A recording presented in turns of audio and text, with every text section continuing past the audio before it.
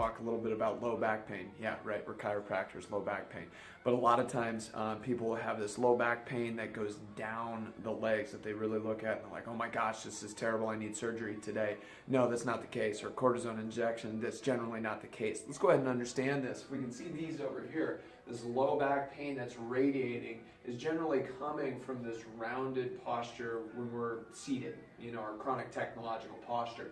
What happens is we kind of carry that as we stand up into this position right here, where things are really stressed and strained here as we're trying to get upright. Now, if we do get upright, a lot of times what happens is we end up hyperextending this back right here and we create this check mark. Now, what that does is it creates either pseudostenosis or it generates stenosis over time, which is not good. That's the narrowing of the canal, the spinal canal, where our spinal cord and our spinal nerves come out. And when there's inflammation there, it's going to create not only this belt line back pain, but it's going to be going down the leg, maybe down the back of the leg or the front of the leg. And instead of really focusing right on where that's happening, we actually need to open up the front part of the hip.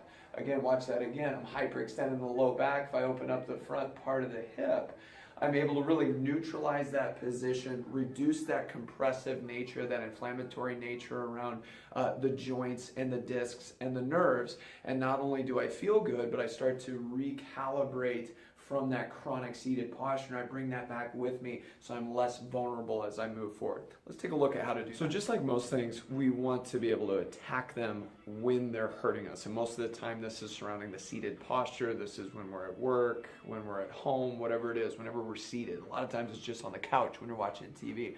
So we want to have some very simple things that we can do to take care of this. We'll show a couple right now. So if I have my chair right over here, I've been sitting in this rolled posture for quite some time. One little trick is to just drop one leg off of the chair, just for a short amount of time. If I activate my glute and my stomach, I can actually start to get a nice little stretch on the front part of this hip. Now, if you're capable of doing that, that's fine, but I know a lot of you are like, Doc, I can't do that with what I'm wearing or just kind of my capabilities right now, and that's fine. A simple thing that we can do if we can stand up is kind of create the same scenario. You'll see that I have my toe down, I'm able to squeeze my glute, really drop and kind of flatten out this spine again to, again, stretch the front part of the body, which is so important as far as opening things up. Still are struggling with that, we can take this chair, put our knee back, our hip forward, do the same thing, trying to open up this hip from the opposite side. You look right here, we're able to really drive this hip through. As I'm not getting into hyperextension, I'm really learning how to open up the front part of the hip. Very important things to do on a passive level that can really make a big difference in decreasing how much you're compressing, inflaming your lumbar spine as well as the nerves. Now, when we have a little bit more time to focus on this, let's say at home, or let's say our job allows us some capability to attack this more specifically, and potentially if we have some tools to help us out with this, we can really start to attack this shortened position. Even sitting here, if I'm getting short in here, I need to be able to start lengthening that out. So a very simple way to do that is to lay on my stomach, just like so. From here, I'm going to tighten my stomach, tighten my glutes, and really drive some length into my spine right here. Now, I'm not feeling anything here. I'm actually trying to initiate that stretch to the front part of the hip. Now, if I want to do that and isolate that stretch, I can kick out a knee and roll to the opposite side. Kick out a knee, I can roll so I'm catching more stretch right there. From here, what I do is take nice deep breaths.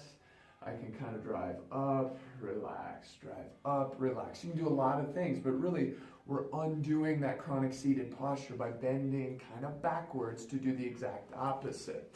If I want to take it up a notch, I got my ball right here. I can find just a nice little spot where I find a little bit of tension, do that isolation so I can really drive some nice length into this psoas. If you want to find kind of roughly where the psoas is, belly button, go an inch down and an inch over, and that's a really good starting point. Hopefully that gives you some good ideas on how to manage your existing low back pain that might be progressing into radiation down the leg. But more importantly, if you see this and you don't want those things to happen, very important for you to do this to recalibrate your system so you can live as intended. Good luck.